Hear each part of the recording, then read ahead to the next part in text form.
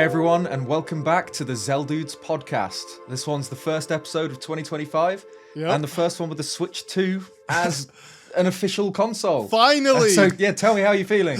How are you feeling? Switch 2 is real. Right? And it's actually called the Switch 2 and not the Switch U or whatever we thought it may be called. No, obviously it was a given to be the Switch 2. Nintendo would be idiots if they didn't just name it the obvious. Just give us a better Switch, and that's exactly what we're getting. And it's so nice that it's not, a rumor or a leak. It's actually from Nintendo themselves. But let's be real. It felt kind of like a letdown because of the leaks. Like we knew exactly what we saw. It's like, oh, new Nintendo console. Yeah, it's that. I know what it is, even though it's new. Yeah, I think that kind of took a little bit of the oomph, the magic out of the reveal. It was kind of like, rather than an, oh my god, this is what they're doing, this is the Nintendo Switch 2, it was like, okay, yeah, so the leaks were right. Which I kind of remember when the Switch was first announced, there was a little bit of that, because I think there was kind of similar, as in it had leaked, but we weren't quite as certain. Like this one, everyone knew what the Switch 2 was before it was announced. Everyone knew exactly what it looked like. It knew most of the features that they showed off in that trailer. It felt like there were more surprises when we learned about the Switch 1 compared to this, which was no surprises at all. I think it's good that we got, I'm happy to have confirmation because it's exactly what I wanted. The leaked console looks amazing, so I'm happy. But I guess with it being a sequel, let's be real. Let's pretend the leaks never happened. Would we have been that surprised? I guess we would have been surprised that it is more of the same. But like other than that, even without the leaks, it really is just a better Switch. So not too much to get excited over. The one thing that is looking different is the Joy-Cons. The Joy-Con boys are now Joy-Con men because they've grown up. Bigger. Yeah. Yeah. That's the one complaint I had, Joy-Con drifting and all that aside.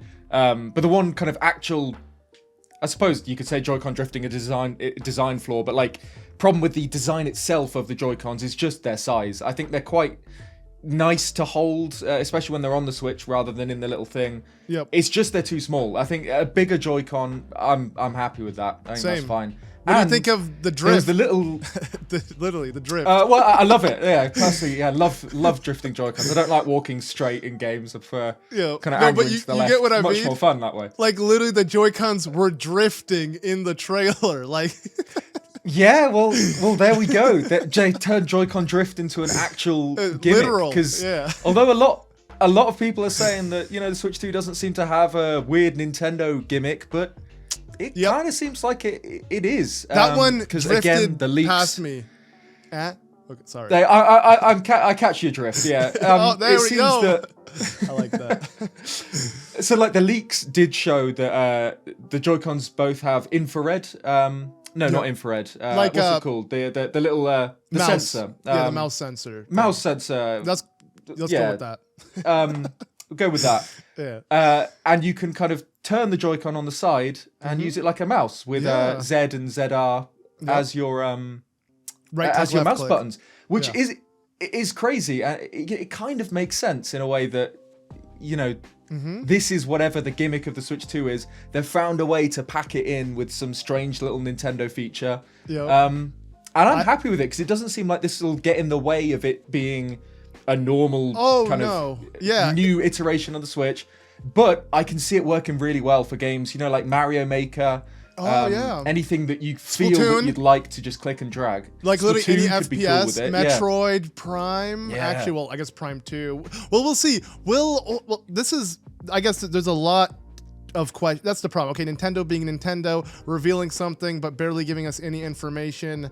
That's definitely what we got with the Switch 2. Because even though they finally answered the question of what their next console is, they left way too many unanswered questions. Like, is it so with the Switch 2 being playback, which is great? How is that going to work in terms of using like peripherals from the Switch 1? And I do think they mentioned like the Labo won't work anymore, but will Joy-Cons, like old Joy-Cons work? And how would that work if you don't have the mouse ability and maybe old games use that feature, I'm not sure whether they confirmed this themselves or if it's just something I saw on online. But I'm pretty sure I heard someone say Joy-Cons will work with the Switch 2. It's just obviously you won't be able to charge them with the Switch 2. It won't snap. They won't fit.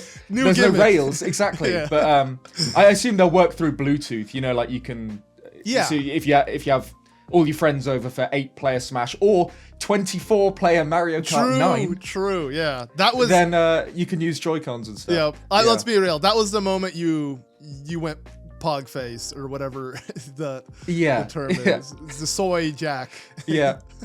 Yeah, exactly. It was because like again we were like, oh, okay, it's confirmed, cool. I mean, big smile on my face, sure, but like then Mario Kart, that's new. That's actually new content that we have no clue about, and luckily wasn't leaked. Thank God. I mean, it was expected anyways. Like next Mario Kart. Yeah, right. Because when was Mario Kart 8? 2014? Bro, like literally exactly like 10 years ago, if not now more, because we're in 2025. Yeah, it's been over 10 years since that game came out, and don't get me wrong, it surprisingly still holds up today, which is a good thing, and that's probably why Nintendo used it for 2 console generations.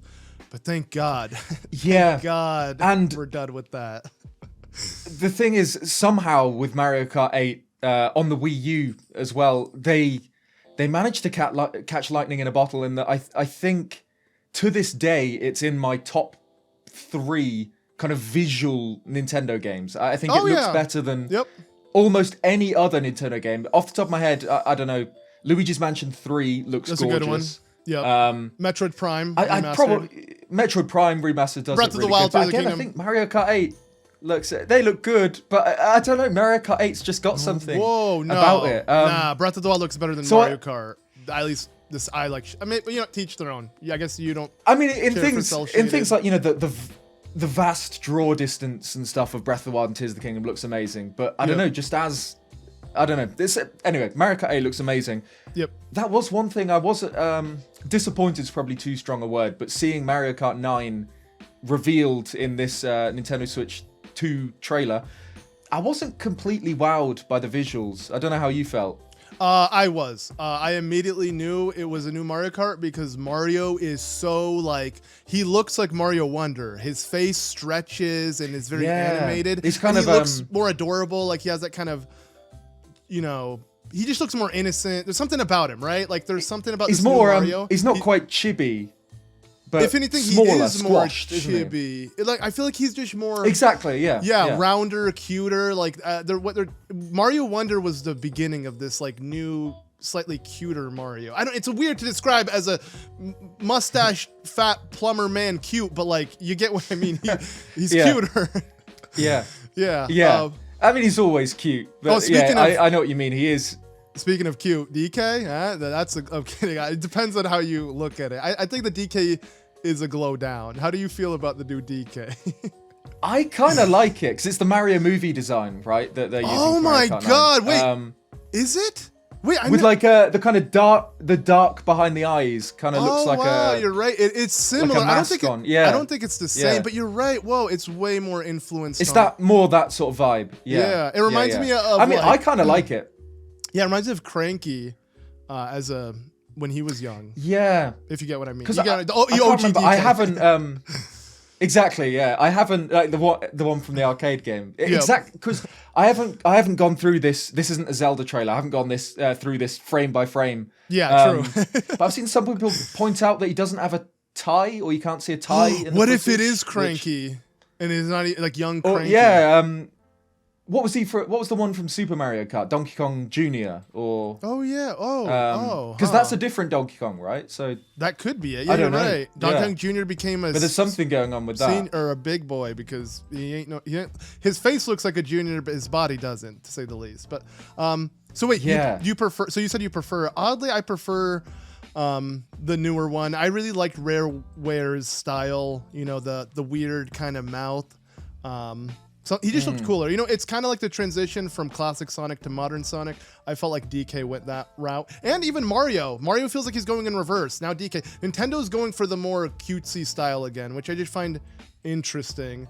It makes me wonder, what if Toon Link is added instead of, Breath of the Wild a bit more, but it'd be cool to see. Yeah, because we haven't seen, because this was a little tease. This isn't even a trailer for Mario Kart 9 or anything like that. They even show. They so we don't know if there are. It might be Mario Kart 10.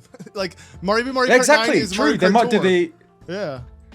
Yeah, right. Or they might do the Windows and the iPhone thing and just skip 9 for some reason. Well, no, because Tour. They'll use Tour as the excuse, I believe. But like, it'd be cool too if they called it Mario Kart X. Let's be, when you reach number 10, you use the X. So you'd be stupid not to. I just can't imagine it being Mario Kart X is the kind of you see loads of like, this is my fan version of Mario Kart. These are the characters I'd like to be in my own version. They always call it Mario Kart X. Oh, true. You know what I mean? Like the crossover. This is Mario Kart. Super Smash Bros. Infinity, yeah. or just the exactly. hip, cool, edgy word. It's an edgy word for a kid to slap. I'll be honest, I do that. Yeah. If I can't. Exactly. I'm sure. I can imagine the myself richest man as a on the child planet drawing up my. Thought of the same Oh thing. yeah, well, let's not get into that. Yeah. But yeah, we don't know because this wasn't even a proper trailer. We don't know if it is just Mario characters or if there will be other Nintendo characters in it. So we don't know if our boy's in it. Yep. We don't know if Link's gonna make it, but I hope so. I think there's something to be said for going. Well, I don't know. I think there is something to differentiate. It's kind of a similar problem to what we got currently with Super Smash Bros, right? Where it's got so massive People that now the want only it to be way cut to down. follow up. Yeah. That's the only way to follow up from Ultimate, really, is you have to go right back to the basics. Maybe back to like the 64 or the Melee cast of characters, something really small, kind of properly mix it up because you can't follow up Ultimate otherwise. Mario Kart 8 Deluxe is not quite that level, but it's close in terms of like so many tracks, including so many old school Mario tracks returning in that game. Huge cast of characters. There aren't that many classic classic Mario characters that didn't make it. Now with the DLC adding, ones that were infamously missing from the original version, like Diddy Kong and I don't know off the top of my head who's PT Piranha, people like that. Yep. So it's kind of a similar thing to Smash in that the only way I can see them really following up on Mario Kart 8 Deluxe is mixing it up completely and kind of going back to their roots in some way. So it wouldn't surprise me if we didn't see Nintendo characters outside of the Mario universe. As Hopefully much as, DLC. It'll... Or something. Yeah. And maybe they'll Exactly. prolong the Hyrule game for Circuit 10 too. years, right? With a whole booster course pack for the game or something. I mean, I'm not going to complain. As much as, it hurts my wallet to keep paying out for Mario Kart things. I don't know. Technically, I'll always do it. I'll do it if till I you're die. a Switch Online member because you get it for free. I feel like a lot of people forget that you don't really even have to pay for it if you just have online. And if you play Mario Kart, you probably want online. I'm not a salesperson for Nintendo, by the way. If I sound like it. But that's what we saw in the official trailer. Mario Kart 9 was the only game we saw because the trailer was 2 minutes and 22 seconds long, which was I thought a little bit cute from Nintendo there. Right? But we do know that we're getting a proper Switch 2 Direct, not in February like I originally thought, because I was watching an American version of the trailer, and you guys do your dates wrong. But April. Or 4th. What was it, the 6th? Something like that? 4th of April. 4th. So literally 4. Was it? No. 2nd of April. 2nd of April. It is 2nd. Because that's why I thought it was February. 2nd of April. Yeah. So that's, we can assume that'll be the blowout reveal. That'll be when they talk about this mouse feature properly, as well as, we can assume we'll see the launch titles. We'll see more of Mario Kart 9. I don't know. What are you expecting to see when we see the Switch 2 properly unveiled? Of course, one thing I'm definitely just curious about is like, I'm not like I need to know the specs. The specs are so important. I know the Switch 2 is going to be better than the Switch 1 and it's going to be able to play more things. But I would just like to know, where are we at, Nintendo? Like, can it play maybe AAA game? Like, can I play a PS5 exclusive? Can it be ported to the Switch? Or are we not there yet? Like, am I going to have to wait? Like, can it play like a Steam Deck approved game? Can it do that? I don't even know if it can do that. So I hope so. But aside from that, I would say, let's be real. Like, will it have OLED? Like, I know me and you are, again, it's Tears of the Kingdom. It's the depths. I want to make sure when I play it on that, it looks its part. Like, I'm afraid, Nintendo's going to leave room for another version. But, like, it's weird how we're not the only ones on the internet who overreacted about this. Like a lot of people were like, how come they didn't confirm? And also, how come Nintendo showed us an OG Switch and not the OLED? What are they trying to say? What are they trying to show? So it gets me wondering, but maybe that's just to make the transition in the cutscene or the evolution from Switch 1 to Switch 2 make more sense. And let's be real, as someone who has purchased a lot of things that aren't OLED from 2020 and after, LCD panels still look good. I don't know why that's if we had the exact Switch one from 2017, then maybe you can complain, but I don't think it's going to look that bad. Yeah, she won't have the blackest of blacks, but it's going to look decent to say the least. And let's be real. When you get the Switch 2, you're going to be abusing it on the actual dock at first. Usually the carrying it around is something you do after the honeymoon phase, right? At least that's for me. Exactly. Yeah. Well, so the big talk is all this NVIDIA DLSS upscaling that the Switch 2 theoretically will be able to do. It'll be on the telly in 4K definitely for the first few months at least before because I don't know, you're probably the same as me. When you get a new phone, you're like insanely protective over it because you don't want even one tiny little scratch. Yeah, right. And then after a month or two, you've got a scratch or two, and it's like, oh well, it's ruined now. So you don't care as much if it gets a couple more. So it's the same with the Switch. I know for the first few months I'll be like my child, and I won't let it out of the dock. But then I'll get a little bit more confident in the future. But yeah, I agree with you largely. I'd like to see, actual kind of the beef, the proper, I'd like to see, what kind of screen we're going to see. Some demonstration of the specs in the same way you were saying, with the Switch 1, in the actual proper Switch 1 trailer back in January 2017. I know what you're going to say. They showed off Skyrim. And you just knew, okay. Exactly. Yes. So that's because, back then in 2017, I mean, it was 6 years old then, but it was still kind of, a console game that you wouldn't expect on a Nintendo system. And it was just saying, this is the Switch. It'll play Nintendo games, but it'll also play, AAA somewhat games. Modern. Yeah, somewhat modern AAA games. So something, I don't know, Elden Ring, bro. I know exactly. Elden Ring. That's not just personal bias, me wanting to play Elden Ring on my Switch, but that would do the same. That would signal that yes, this is the next Nintendo system, but you'll be able to play proper games on it as well, not just Nintendo games. I want to see that. Obviously, I want to see some Zelda because I don't know. I think Breath of the Wild was such a massive part of the Switch's original success. I know it also launched on the Wii U, but the Switch with Breath of the Wild kind of recreated the success of the Wii, which had Twilight Princess, which also launched on the GameCube as well. But they're similar in that from the GameCube to the Wii, they launched the system with two versions. A game that would appeal to casual gamers and a game that would appeal to more hardcore gamers. They had Twilight Princess and they had Wii Sports. The Switch had 1-2 Switch and Breath of the Wild, so the same kind of thing. And, funnily enough, the Wii and the Switch are kind of Nintendo's two biggest consoles ever. So I wouldn't be surprised if we saw... I mean, I don't think we'll see anything that we're not... I don't think we'll see whatever the next Tears of the Kingdom is. Yeah. But I wouldn't be surprised to see something Zelda at launch, or as close to launch as they can get it there, just because they know that... I don't know, Zelda does sell consoles, and just from a business perspective, and this is only 50% copium, I swear. I don't know, some Zelda at launch would I don't know, it'd make me buy a system. You're going to buy it regardless, even I'd buy three. There you go. But no, I'm with you 100%, but how do you feel? Okay, so I remember last time we talked a year ago, last podcast, pretty much a month ago, but you mentioned Breath of the Wild remastered or HD or whatever. Do you think that's still even plausible with this whole NVIDIA upscale concept? Because it looks like that would defeat the purpose of having a separate version to begin with, right? Yeah, I have no idea how they're going to do that, because we know, I mean, we already kind of assumed, but now we know for sure the Switch 2 will play Switch 1 games. And I don't know whether that means that the Switch 2 will upscale Switch 1 games with this DLSS technology.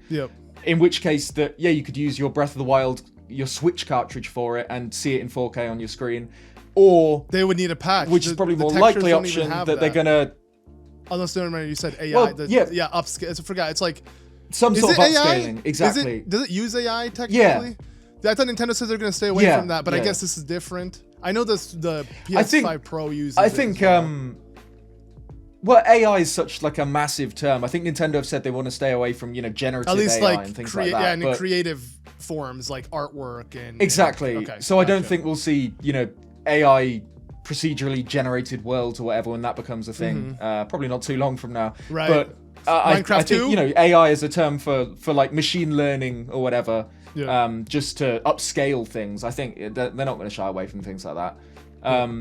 So yeah, I don't know whether the Switch 2 will just allow you to play Breath of the Wild 4K straight out the box, or it's Nintendo, or if they'll be selling a different version of Breath of the Wild, perhaps one with the Champion's Ballad and the Trial of the Sword.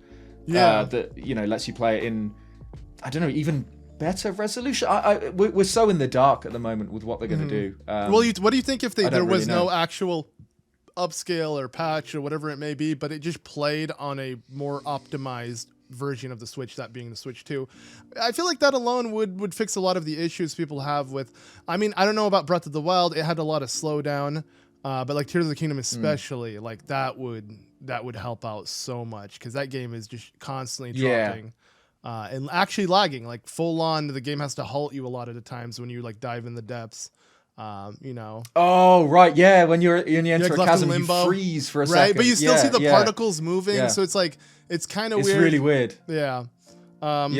So just when a lot of things are going on, like when you've got all your sages around you, and then there's an explosion. Yes, or something. I would know. I recently played it actually, and the lag is surreal. Like, here's the thing. You and I, we don't really complain about that in these games, and it's because maybe because we came from Ocarina of Time. The game was 20 FPS. Like it wasn't supposed to be that high fidelity or anything, and because of that, it's easy to kind of come into these games, especially Nintendo, and accept it for that. But like, it made it to the point where I'm like, wow, the Switch cannot handle this game. Like it's really underperforming at times. So I feel like if just the Switch 2 can negate all the lag and problems like that, people would be happy, and it probably doesn't even need an upscaler, like re-release or anything like that. I think just running would be nice. And it would sell because it's Zelda and it's Breath of the Wild, but I don't think people would be happy paying again for Breath of the Wild, just upscaled or whatever on the Switch 2. I think that, because that I assume would be less of a change than Wind Waker to Wind Waker HD or Twilight Princess to Twilight Princess there'd be HD, no change. Skyward Sword, whatever. There would there'd be no new lighting like in the Wind Waker, or enhanced textures or whatever, like there was in Twilight Princess. Upscaled in general. Like, I mean, it will be upscaled, but it already is HD, so a lot of people won't even know the upscale, especially if playing it handheld. Exactly. So yeah, I don't know about that, but that was something that certain leakers talked about. But again, I don't know. I'm happy to be surprised. I don't know. I don't really want to make many predictions because they'll be wrong. Well, give one. Yeah, what's your non-hopium copium prediction that you see realistically? Like, as like anything Zelda related, do you see anything coming from them, or? Well, I don't, because I'm a bit out of the loop. Is it confirmed, or is it just rumored that there's a non-Switch 2 Direct in February? Right? Have they confirmed that, or is that? Oh, really? I'm out of the loop too. That could be. It must be a rumor then, because one of us would know if it was confirmed for sure. Yeah. But people have, there's probably going to be, a direct or something showing what the very end of the Switch's life is going to be, right? Because we've got a few months till the Switch 2. It's not coming, till probably the summer or whatever, because we know we've got these demo events going on throughout April. So I don't know. I could imagine maybe. Do you see yourself attending at the earliest? Did you apply? I mean, I've entered the little raffle thing for. I entered for the one it too, in London, but I'm not even going to be in America when it happens. So. So I just entered it for the fun of it. Okay, just to steal a spot from someone else. Right, literally. Excellent. Yeah. So I don't know. In terms of Zelda things this year, I mean, I'm going to sound like a broken record, but Wind Waker, Twilight Princess. Yeah, I was gonna say it's the end of the Switch. Come on, we're pretty sure that they're ready to go on the Switch. Nintendo just sitting on them for whatever reason. So I don't know. So and do you think the reason is just because it will be a good kind of? I mean, it will if it comes out, it has to be for the Switch as well, right? It cannot be just Switch 2. That'd be absolutely ridiculous. And I'm assuming, at least I'm assuming for the rest of this year, and maybe at least for the next year or so, we'll still be getting new Switch titles that are just compatible on both. Kind of like the 3DS still received new games even when the Switch was out for like another year or so. Even Wii U games, right? The Wii U wasn't, I mean, it got Breath of the Wild on release with the Switch. So I'm hoping, that's literally what we get, especially like Xenoblade. We recently got it, like Xenoblade Chronicles X, the last Xenoblade game that needs to be on the Switch. Now the Switch is the ultimate Xenoblade console. Like, you want to know anything about Xenoblade, you want to get into Xenoblade, buy yourself a Switch, boom, you got all 4 games ready for you. It just seems like a shame that, Zelda isn't getting that treatment, which, I mean, again, Zelda's their special child. It gets most of the, not as much as Mario, but like, you know, if you're like, Metroid fans are looking at us like, you guys are spoiled as hell. Like, just shut up. Yeah. But I mean, in comparison to Mario, it's nothing will beat Mario. Mario is truly their special child because I even think back to the 35th anniversary. The way Zelda got nothing in comparison. Mario got so much compared to that, and that's what we need. If anything, wait, is it in the 40th anniversary? Literally, oh, no, so 2026. Yeah, literally next 2026. year. Yeah. Maybe. So I don't know. Maybe we'll see something there. Maybe then. The only one even remotely recently that they celebrated in a considerable way was 25th. 25th was pretty big. No, there was for nothing Skyward for Sword and Actually, whatever. There was nothing. There was nothing for. Yeah. Then And obviously. Yeah. 35th. I don't think they did much, did they? No. 35th was the one that disappointed me the most because we came off of the Mario 35th with the 3D All-Star and literally Mario snapping the Switch. Oh, Mario. Right. And Mario 35 as well. That kind of and the playable battle royale. Imagine a Zelda's 40th and like you do that in Zelda 1. Oh my god, that'd be so dope. Yeah. That'd be amazing. Yeah. And 4. So maybe something next year and the May the 4th be with you. I don't know. That's try 40 heroes. Right. Something like that. Yeah. Something. I don't know. They better take something it seriously. Like that. I mean, I feel like I'm seeing, I don't know. There's something, maybe I'm thinking of Star Wars too much, but like, I feel like the 40th anniversary feels like a special time. They got to do something. I honestly would be in disbelief if we got nothing. Like that would be ridiculous. But I mean, hopefully we get like TPHD and Wind Waker HD even before then. But if not, at least give us that. But they better. No matter what, if we get it, it better be on both the Switch and Switch 2. Even if I'm getting a Switch 2, I feel like it would just be a slap in the face to all Switch owners to be like, this game came out on the Wii U, but you only can get it on the Switch 2, even though the Switch is a better and the spiritual successor of That's the thing. Yeah. I don't think they can't release Twilight Princess HD and Wind Waker HD in the way that we're thinking of them, as in the Wii U versions of those games. They can't release that on the Switch 2 as a Switch 2 exclusive game because it just isn't. It's a Wii U game. It's a port from a Wii U remaster. If they were going to do that and have it as Switch 2 exclusive, it'd have to be, kind of HD or HD squared or whatever. It'd have to, Twilight Princess would have to look like the Wii U tech demo or something. It couldn't be the same ones. Otherwise, I don't think even Nintendo would do that. I can't see that working at all. Yeah. You're right. I could see that being kind of, a bookend for the very end of the Switch's life, and it's something to kind of you can play on your Switch 2 on day one because it's backwards compatible. I could see that happening. Yeah. And I hope even with the Switch 2 Direct, if we don't get one in February, they still show off, more than just Mario Kart. I'm sure they will. I'm trying to think, but you're right. Like with the Switch's launch, it was dry as all hell. Like we literally had 1-2 Switch and Breath of the Wild, and that was it. But like, luckily, I guess, what's even scarier though? It's like, so Nintendo doesn't need anything to be launched with the Switch 2 because they're just like, use the Switch's backlog. We don't give a crap. But like, obviously it'd be weird for them not to. So if anything, yeah, like we shouldn't even expect too much from Nintendo. I'd be happy if Mario Kart actually came out on the day the Switch 2 came out. And speculation, I'm sure that's a launch title, right? Because it'd feel weird if this was another Odyssey. You know, like in the Switch reveal trailer, right? There was Odyssey footage, but it was like, you know, well, like 7 or 8 months after the Switch came out that was playable. I can't imagine that. You know, because we say Zelda's a system seller.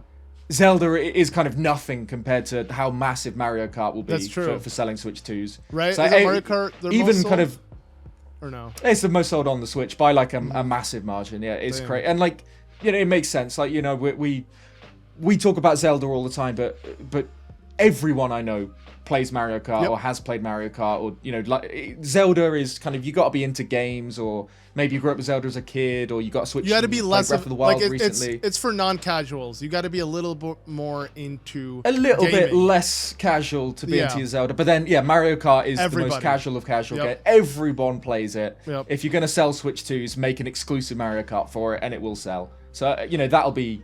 If that's not day one, I'll eat an Amiibo. Or so. I won't actually do that. But, okay, I'll hold you to that, man. You better. But that's for sure. But then, no, sorry, you go on. I was gonna say, but speaking of Amiibo, this is a great segue. Do you think the Amiibo are gonna remain even a thing? A lot of people are speculating that Amiibo are dying out with the Switch 2. I'm not sure. I don't really have an opinion on it. I don't know whether they will, and also don't really know whether I care that much. Because for me, I don't know, like Amiibo, they're kind of cool in some games, kind of, like, but not really as much anymore. Like, I don't use them. They were really cool in Breath of the Wild, like, at least. Yeah, although I never ended up using them, because it frustrated me. Look, I mean, I have used them in the past, but when I play a new save of Breath of the Wild and Tears of the Kingdom, I don't use Amiibo, mainly because A, it kind of feels like cheating, getting materials spawned in because I own a figure, and B, it just frustrates me that you get, here's Big Goron sword, oh, it breaks. I don't know, like it It's not even like super really exclusive items. I mean, the tunics were amazing, but yeah, I get what you're saying. They're quite cool, to be fair. Yeah, but again, it's like, you know, if I'm gonna get the green tunic, I feel like I want to grind out and earn the Hero of the Wild set, and then it's actually got armor values and You know what my headcanon was always before Breath of the Wild came out, and it's so sad that Nintendo, because you know, Nintendo usually when you have something in your mind, Nintendo somehow surpasses it in a cooler way, right? Like usually, but sadly that was not the case. So like for me, in my mind, and I promise you, this is exactly what I was thinking of, freaking over 8 years ago now. I thought literally you can find all the tunics, and the way you would find them is like you would have to go into the forest in one of the many miniature forests there are, and you would find like the hero Shade, and you'd have to like defeat him or something, or like you have to take on like a Dark Link or something like that, and then the chest would appear.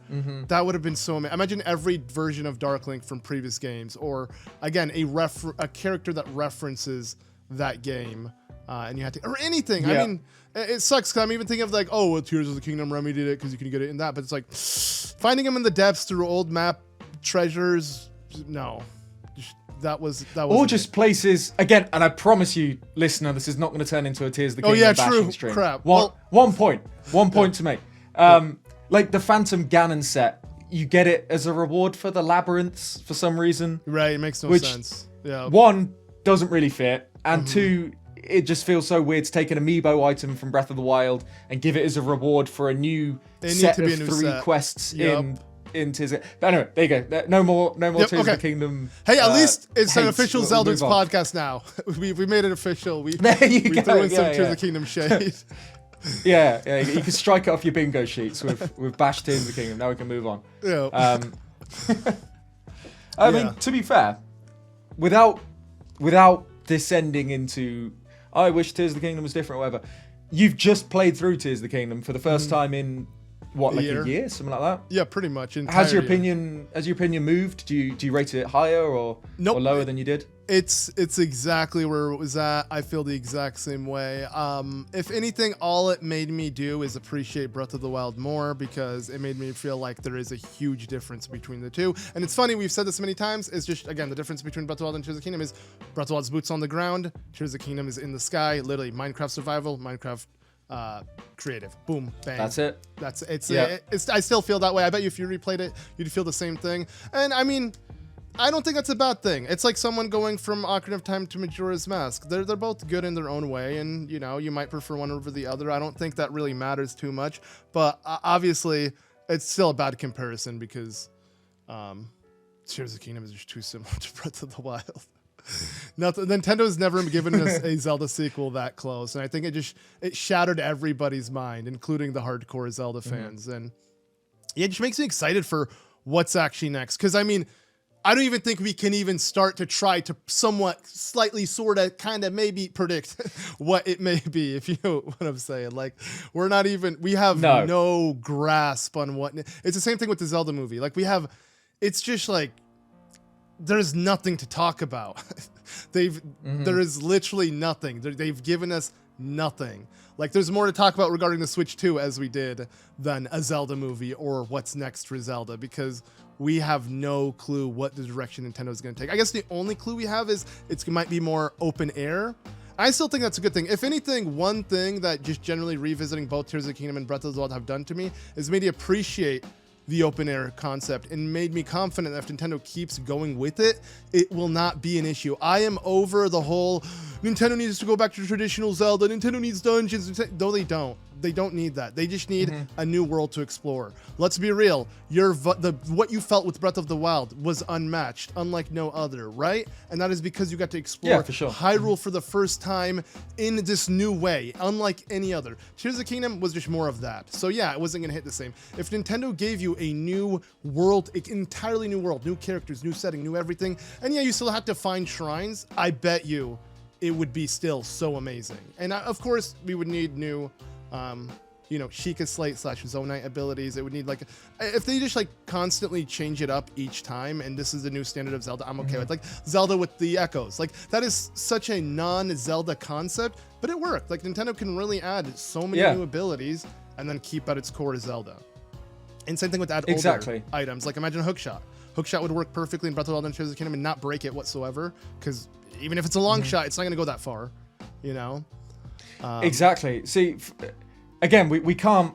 It's not even speculation territory because we know so little about where Zelda's going now. But it kind of from a pure wish list perspective, I think for me, obviously we know it's going to be open air, and I'm happy with that because, like you said, Breath of the Wild, Tears of the Kingdom are such amazing games, and I do love the feeling you get where it's just here's a world, go explore it. Yep. I love that.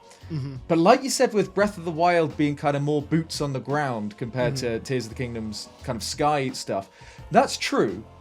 But even Breath of the Wild, as soon as you finish the tutorial, becomes far less that, because it becomes climb a mountain, glide, kind of repeat, rather than the Great Plateau section where you're stuck to the ground and you can climb, but drops are really dangerous. I'd love, if anything, how Breath of the Wild kind of then was opened up and made, so much bigger and more expansive, and Link got so much more powerful in Tears of the Kingdom. I'd kind of love it if they took Breath of the Wild and went the other way and limited Link a lot more. Maybe imagine an open air game without the paraglider or something. Maybe not that. I don't know if maybe you need the paraglider to make it work, but something like that, something that's like a Breath of the Wild world, but much more restricted, much more dangerous, and much more of a challenge to actually explore. I'd love to see them go that direction with it. Actually, I like that a lot. I just feel like with the amount of freedom they gave you with open air, it's going to be hard for players to want to go back. But it'd be, you'd be so right. In terms of what, restricting the player would make the game so much more engaging for certain people. Because it would give you more of a challenge, and it would kind of structure the game a little bit better and not give you endless freedom. But I agree. I would love to see that. If anything, one thing I really want to do is a no glider challenge in Tears of the Kingdom, because you can pretty much beat the game without the paraglider, right? Yeah. And that sounds like so much fun, because more boots on the ground, more force to trek through the Hyrule that you're given, and not just kind of float above it and ignore it and just not appreciate what it is. So it's actually that'd be so good. If anything, I really do hope Nintendo or even more straight up just there's no paraglider and there's no open world like that. There's just open sea. Like give us a true Wind Waker sequel or just a Wind Waker inspired style game. Like if anything, one thing I made sure to do in my recent playthrough of Tears of the Kingdom is like I made sure to make a Zonai boat or a raft and like really, go from Lanayru's, the peak, the crescent, whatever it's called, all the way to Eventide Island, and just like force myself to like really enjoy, and it's so much more fun.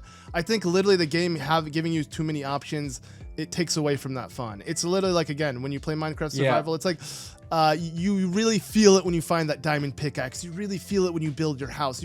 Everything feels so much more accomplished or gratifying. And then you do it in creative, and it's like I literally just right clicking, and it's you know what I mean. So it's like exactly. It's that it's that exact same transition. Exactly, because I think restricting the player but still giving them like this open sandbox would naturally lead to the players having to come up with creative solutions to just travel around. It's like on the Great Plateau, there's a mechanic that, unless I'm really forgetting something, actually maybe one shrine, but not really, is never used again. Which is you have to cross a chasm and it's too wide to jump, so you have to chop down a tree and like walk over the trunk to cross it, which is so cool. Like that's such a cool way of like using the world's physics and like how everything's interactable. You can chop the trees down and they fall kind of the opposite of how you'd expect them to, but still kind of in a predictable way. And then later, as soon as you're off the plateau, that sort of thing, you'd never do that again because you could just jump, sail most of the way, and then climb up the side with I don't know. Whereas I think if they just kept Breath of the Wild and Tears of the Kingdom's ethos of, solve the world in whatever way you want to do, go any direction. What did they say back when they were promoting Breath of the Wild? It's like, if you see the mountain in the distance, you can go there, whatever. Love that. Keep all that. But I think kind of restrict it, make Link less powerful and the world feel bigger. And I don't know, I'd love to see them do kind of an anti-Tears of the Kingdom. We don't know. That's we need that Call of Duty kind of history to repeat itself. And for those unaware, what I mean is like, so it's Black Ops 3 and Infinity War or whatever it's called. Not Infinity War, the company. I believe it was called Infinite Warfare. There we go. That's the name. Infinite Warfare. Yeah. They were so different than the OG like Call of Duties. Again, Call of Duty's not good enough. Both Ed and I play zombies, and that's about it. That's the extent of COD for us. But my point is, and this is where I actually I didn't coin it. This is where I stole Boots on the Ground, is literally all they did is promote is we're going back to Boots on the Ground, because the biggest problem was with both Black Ops 3 and Infinity and whatever, that game. Is that you literally could run on walls, you could what's it called, like propel yourself with a jet, you can do all this crazy stuff, and for an FPS it was really hard. And when they went back to Boots on the Ground, they overcorrected too. They're like, we're going back to World War II, we're like, screw the Cold War, we're going back to literally World War II, and we're gonna have it as basic as possible. You can't even slide, you would literally have to prone to get on the ground. And oddly, that overcorrection was super, super favored among fans because people just wanted kind of that classic vibe. So that would be really cool if Nintendo did the same thing. They're like, yo, we gave you 2 sci-fi technology forward Zelda games. Let's now take a step back. If anything, oh my God, that would be so amazing. Yeah, that's it. Give me a horse and like a horse, sword, shield, bow. That's it. I'm set. Nothing else. Yeah. No Sheikah Slay. I know phones are great. Right? We all use a phone, but Link didn't need to use one. It is crazy. Yeah. That is essentially a companion in those games. Which would be amazing. Yeah. No. In real life. Whoa. Nah. I mean, wait, what? I think I missed what you said. What did you? Oh, I'm like, the Sheikah Slate really is your best companion in the series. Like, it really, when you really think about it. Yeah. Think about it. It's your map. True. It does it all. Yeah, it teleports you around. It literally summons your abilities. Like, when you really think about it, Link would be lost. He couldn't even enter the shrines. It's everything. It's literally everything. Yeah. And, I mean, when you really think about it doesn't interrupt you all the time. True. Well, no, it does, right? With the shrine. Or I don't get. Is that a joke about phones? That might be. No, like Navi or Fi or Fi or whatever she's called, or even Midna, King of Red Lions, all of them. Yeah. Well, no, the Chica does. I mean, if you have the beat sensor beeping, you could have that or something. True. It can annoy. Yeah. At least that's toggleable. Yeah. I do think though. I feel like Nintendo is trying to like send a message though, like we live in an age where we don't need another person. We just need a phone. Like, it is interesting how Link lost his companions and just needed that. Hopefully he regains one. I mean, Echoes of Wisdom made me want a companion to come back. It doesn't have to be. Yeah, because Tri, I think, was kind of, I didn't really care that much for Tries and like didn't really have much personality or whatever. But it was just kind of nice to have like a classic Zelda companion again. And Tri doesn't really get in the way, but again doesn't really have that much in the way of personality. Yep. But yeah, fine. I'd like to see something return. I guess maybe. Yeah, I want a fairy again. I want like a new Navi or a Tattle sort of thing. Same. Yeah, and they can do it right. Like, I mean, don't get me wrong. I'd say Ciela was the best one. I'd say because Ciela was more integral to just being a companion. She was the spirit of time, straight up, and courage. Yep. And courage. Yeah. Something like that. And then also like they were able to power them up and like actually get abilities from them. And yeah, to me that was like a great blend of the two. And I mean, you could look at if anything, I guess that's what Nintendo's doing now. They want to make sure the companion can actually serve a purpose and not just be there. Because what are you gonna do with freaking Navi? Just toss her at she can't really do much. But like when you think about it, but yeah, wow. If anything. Never mind. I'm literally having an epiphany about something that has been obvious for 20 plus years because the King of Red Lions, the freaking Fi, they all are integral to. Never mind. It really is just the fairies. The fairies are well, they better it better be closer to Ciela than Navi. Action maker. We'll go with that. Yeah. But another thing that's pure speculation, obviously. I want to see music return in that I want Link to have an instrument again because that's something that is very missing from both Tears of the Kingdom and Breath of the Wild. Yep. And it's just so integral. Like, I suppose you could say Twilight Princess didn't really have an instrument. I know you got like the reeds and like, I suppose howling is an instrument. I was going to say, you got Link's pipes. Yeah. Like, Link's voice is an instrument. Yeah, it's true. Yeah.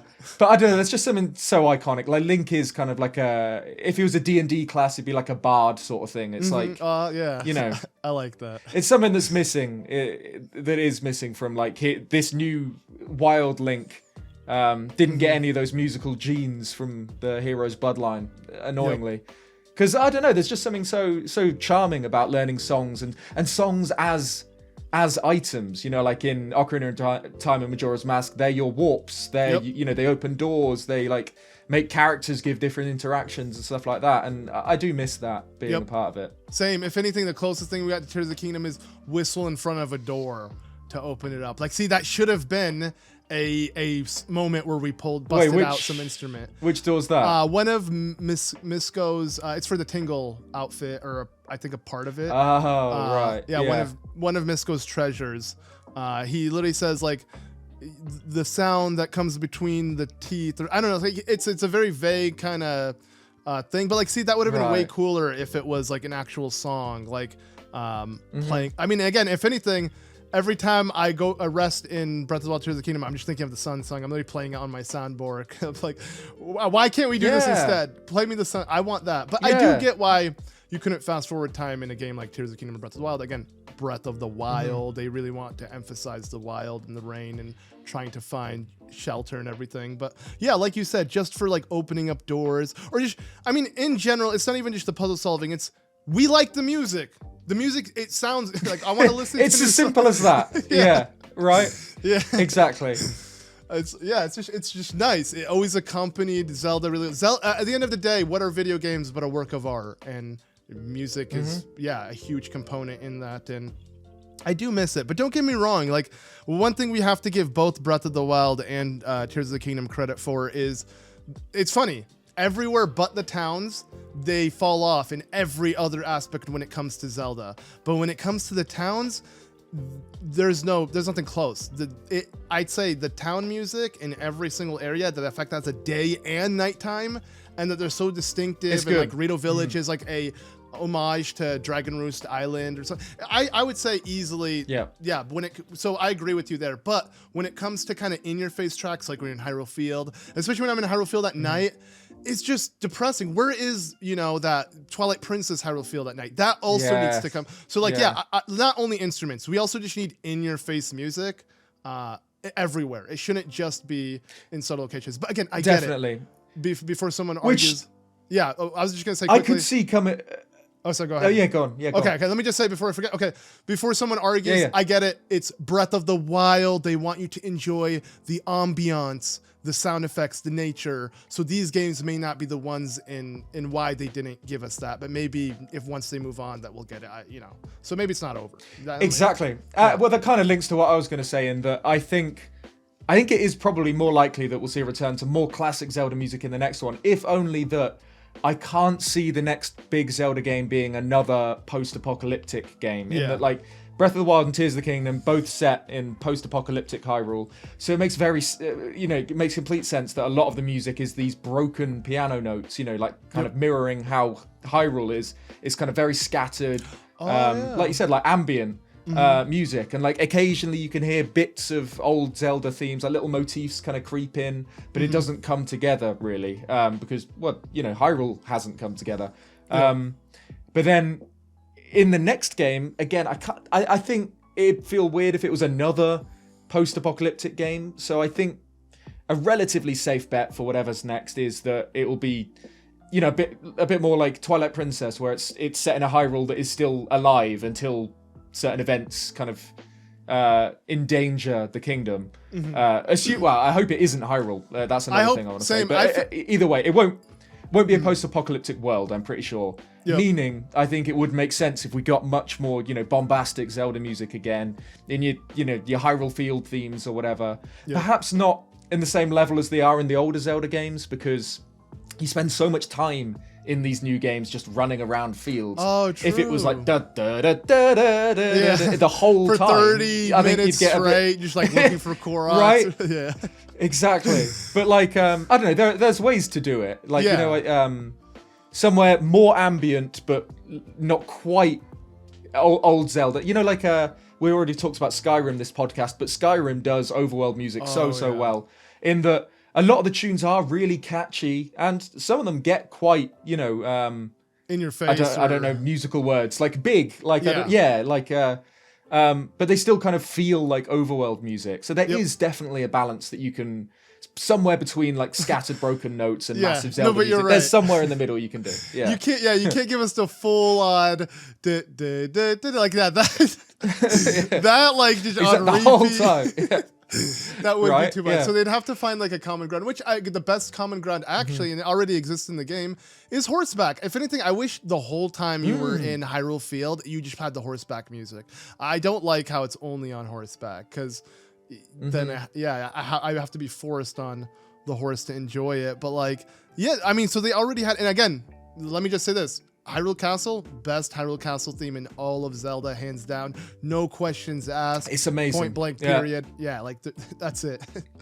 Are you talking I assume Breath of the Wild rather than Tears of the Kingdom? Yeah, no. Because I do love Tears of the Kingdom's one as well. No, specifically Breath of the Wild, specifically, like, the way it changes from like when you're outside and inside, and it's just like so, and it is so in your face. It's like blaring and glaring. Blaring is probably the better term, right? But not blaring and glaring. Yeah. Yo, new rusted and busted. Just coined. There you go. But no, it is, because it makes you feel like we're at the climax. Like the whole game, especially kind of moving on from Hyrule Castle. But one thing I've always loved and appreciated about the Dark Beast Ganon theme in particular is the whole game has these scattered piano notes, very kind of slow, quiet piano notes. Then when you see a Guardian, it's a bit more like it's much faster. And then by the time you reach Dark Beast Ganon at the climax, that if you listen to the piano track, it's kind of absolutely crazy. It's just notes all over the place. It's like really feels like this is the end. This is as crazy as the game's going to get. Shame the fight didn't quite match that energy, but that's by the by. I don't know. That's a debate for every Zelda game. Go on. That's a debate for every Zelda game, though. The final boss never matches.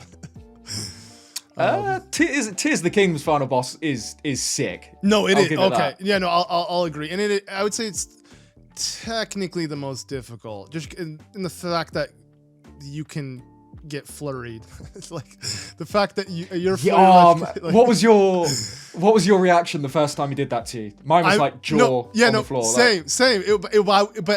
In a, like smiling as well, right? Like you were like, this is cool. Yeah. Like, wow, he's pulling the big guns, but yeah, no, that was crazy. And I love the way he taunts you throughout the fight. I can't remember what he says, but he says like, it's not like too slow like Shadow, but it's things like that. Actually, I can't remember what he says. He says pathetic or something like that. Yeah, true. He's like dissing you as he fights. It's really good. Mm-hmm. Yeah, I mean, speaking of Ganondorf, I would say easily the best final. Again, I have nostalgic bias with Twilight Princess, but I would say easily the best final battle in all of Zelda, in the sense of like just of how grand it felt, and then that victory lap with the demon dragon, it was just so epic. But again, speaking of Ganondorf though, I feel like when it comes to this next Zelda, whatever it is, if it is a rehash of a previous story, I feel like Nintendo can't do that. It's too soon. I think Nintendo literally has to give us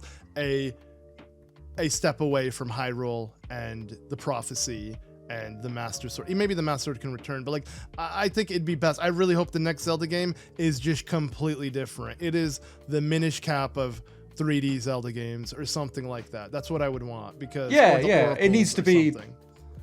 Or like Majora, like this. There you go, Majora is something. That's it. Perfect. Yeah. This is just something else that's evil. It's not connected to Demise or Ganon or anything like that. Because you're right. I don't. I love me some Ganon, but I think he needs a break. Yeah, he needs, especially after Tears of the Kingdom, and then the fact that, I just feel like it'd be too soon. But then again, we argue that no one argues that with Mario and Bowser, because no one cares about the story. But like, we can say Mario and Bowser is a similar concept, and Nintendo doesn't need to move on from Bowser. So, in reality, I bet you once we just see whatever it is Nintendo's cooking up, we'll be all for it. Like I said, Nintendo usually whatever you imagine in your head, Nintendo will actually give you something cooler. But sometimes that's not the case. Sometimes. Yeah, exactly. I don't know, it would be cool to see like Vati return, but I don't want anything returning. I think for the next game, I want just something completely different in nearly every regard. I want it completely new and strange. Like you said, like I mean, this kind of goes against what I just said, but like a Wind Waker sort of thing, like on the Great Sea, just something very different to what we've had recently. Especially because, we've talked about it to death, so we won't go into it again here properly. But like underwater exploration, so sorely missing from the Wild Era games. That could something be the one built around thing that they would be add, amazing. Actually. Literally, that could be the one thing they add, and that would be a huge improvement from Tears of the Kingdom. So. Yeah, I hope so. But yeah, anything else done in terms of hopes? Rather copium? Copes and hopes? Copes and hopes. Yeah. I don't know really, because I honestly can't see. I hope it isn't Odyssey 2 myself. I hope it's something new, completely different for Mario. But I can imagine that coming soon. Probably this year, maybe. I can imagine that being like the holiday game for Switch that should 2. be. If we don't get a Zelda game, that we don't need a Mario game. It's crazy how Zelda got 2 games on. Well, again, let's not literally nitpick and talk about it, but like actual mainline Mario games, Zelda got more mainline games than Mario for the Switch. Again, we're only talking about Odyssey. That's the thing. That's why I don't want like a Tears of the Kingdom to Odyssey, as in I don't want Odyssey 2 also using the Cappy mechanic and like different whatever. I want something crazy and new for Mario. I think that'd be really cool. And I don't know how likely it is that they do an Odyssey 2. I don't that kind of feels to me like it was a one and done, whereas Breath of the Wild felt much more like foundational, like this is the new Zelda, and then it kind of made sense that there was a sequel to that, whereas Odyssey, it felt a bit like a Sunshine or a Galaxy, where it's like, this is one new companion. Random weird thing that Mario's doing, and he'll do something different later. I don't know. I think it's very difficult to predict what they do for Mario, because it's very strange. Like, as in you go from pretty basic, normal. Mario is in a castle and he goes through. Well, I say it's weird now. I say it out loud. Mario's in a castle. He goes through paintings to worlds. Yeah. Then he's on holiday. Then he's in space. Then he's whatever Odyssey is. Like, traveling the world. It's very. Yeah. It's very. And then on the moon. It's very difficult to predict where Mario will go. But yeah, I think this year's a pretty safe bet for that. But with Zelda, so it'll be a pretty crazy he'll always year be in for Mario. Hyrule. No, so I was making a joke. With Zelda, we always know he'll be in Hyrule. Like, Mario, we don't know where he'll go. Zelda is not going anywhere. No, hopefully it does as well. Hopefully it does. Exactly, yeah. But I don't know, that's something we want to hear from you guys, really. What do you want to see from the first year of the Switch 2? Now it's real. It's just so nice to finally say Switch 2 and it's not like a speculative name. Right, yeah, it's the like you said at the start, name. There was that little bit of fear, in the back of my head that maybe they'd pull a Nintendo and call it something weird, but no, they did. Switch 2 is fine. Perfect. It was the safest one. I mean, I think Super Switch would have been cool as well, a little nod to the NES to Super cool. NES. Yeah, but it's the way to go. Again, we said this before, PlayStation 2, most successful console. The sequel worked. It actually did work. That's all you needed was a sequel. So yep, that's it. But yeah, no, I guess that pretty much covers everything. Anything else you wanted to add? If Link is featured in Mario Kart, he better have Zonai related vehicles or something. There's no way you can not give us that. Anyways. Yeah. Yeah. Give us the cart that they they first showed off in that trailer. It was like just a wooden board with like Zonai wheels on it. Right? Give us something like that. Yeah, that'd be so cool, right? Yeah. That would be. And like all the small Zonai wheels on the side, like you can use those wheels and the big ones. Oh my god. Yeah. And then if he gets like green shelled or hits a banana, it like falls apart and it goes like that little green explosion. Auto builds really quickly. Yeah. There you go. Nintendo, write this down. Yeah. Right. Well, let's hope because. But no. Yeah, that's the only thing we have to look forward to at the moment. At least it's confirmed. Exactly. Yeah. But other than that, I think we pretty much covered. Yep. Switch 2. Hopes and dreams, basically, in this weird period now where we know it exists, but we don't really know that much about it until the Direct. When obviously we'll be covering whatever else Nintendo decide to show. Hopefully there'll be Zelda in this Switch 2 Direct, but even if there isn't, there'll be stuff to talk about. Yeah, it's gonna be an exciting time nonetheless because we're finally on the next generation, and I'm ready, man. Yeah, I'm over. What were you, 7th? Is this 8th for Nintendo? Nintendo's behind the other generations.